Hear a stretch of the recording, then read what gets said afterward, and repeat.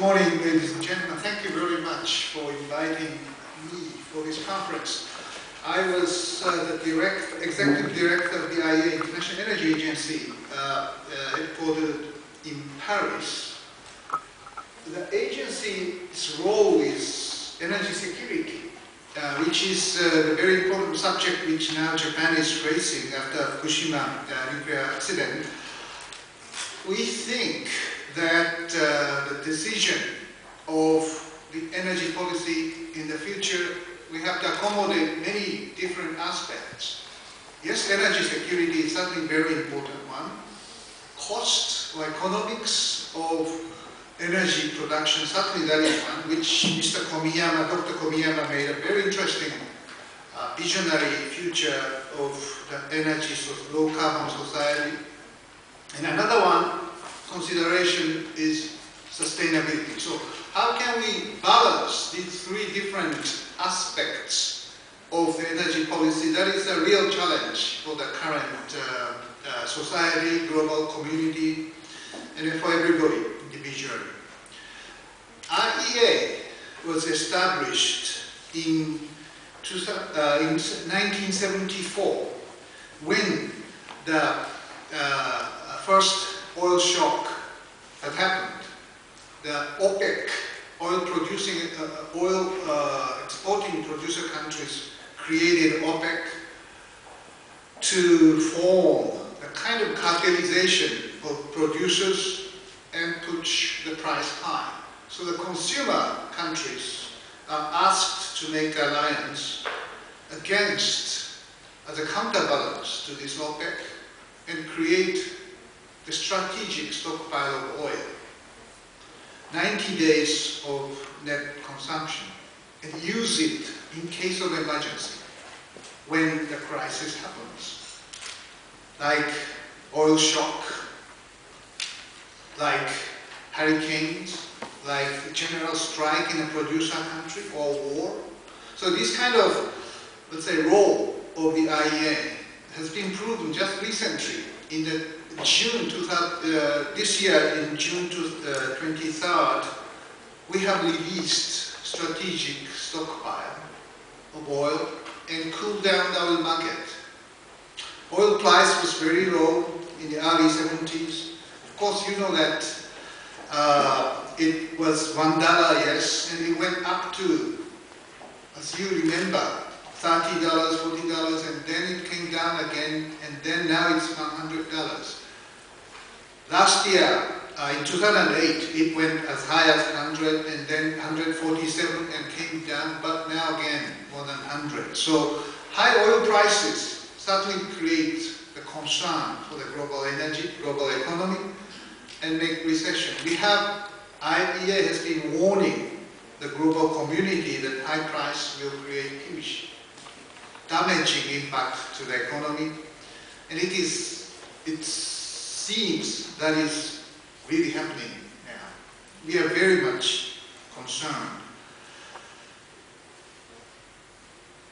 And the impact of high oil price certainly works on the emerging economies.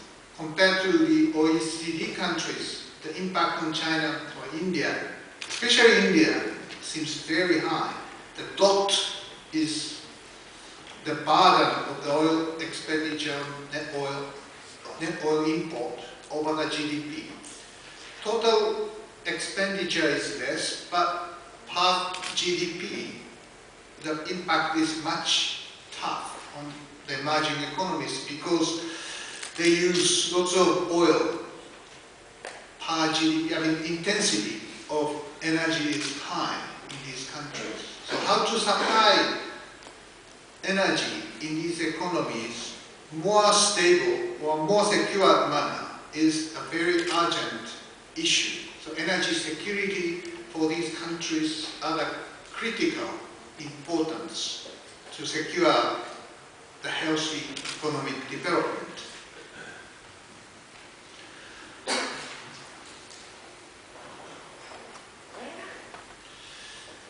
To secure this global security, IEA stock holding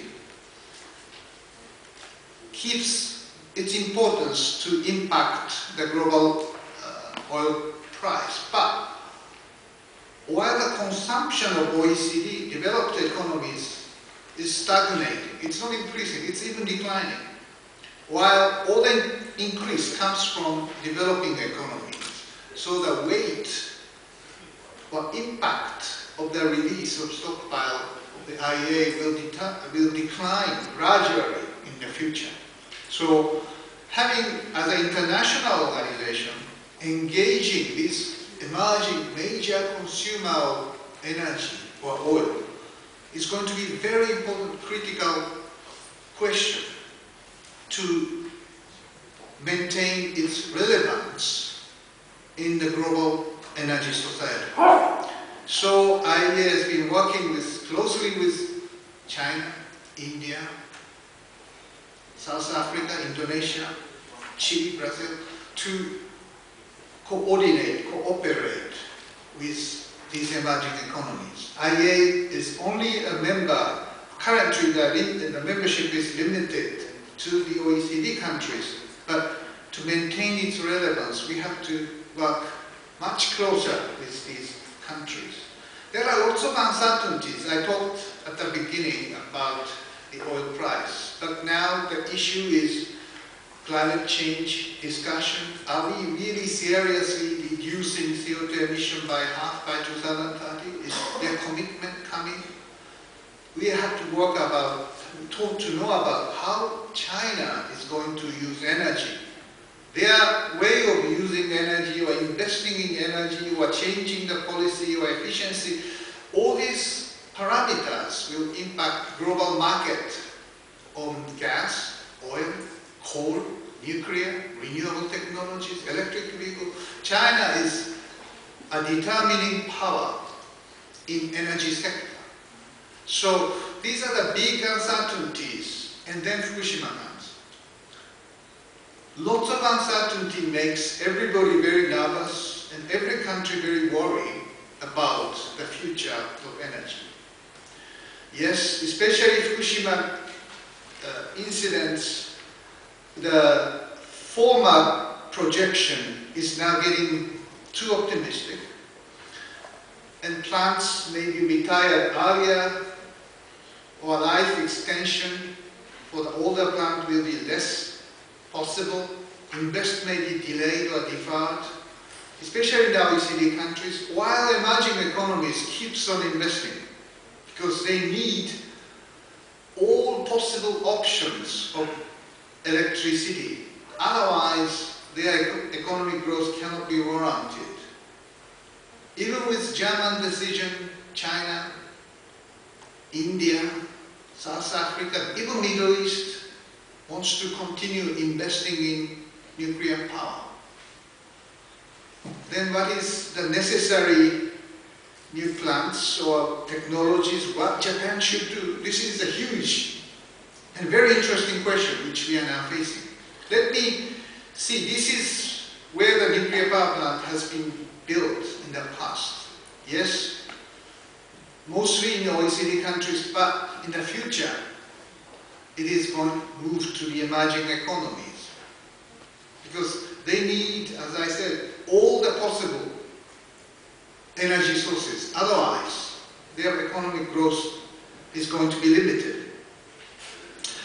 IEA, International Energy Agency, is now working not only oil security, but more general or comprehensive energy security, because as Dr. Komiyama expressed very clearly that the future of our civilization moves away from maybe oil to something more to the electricity.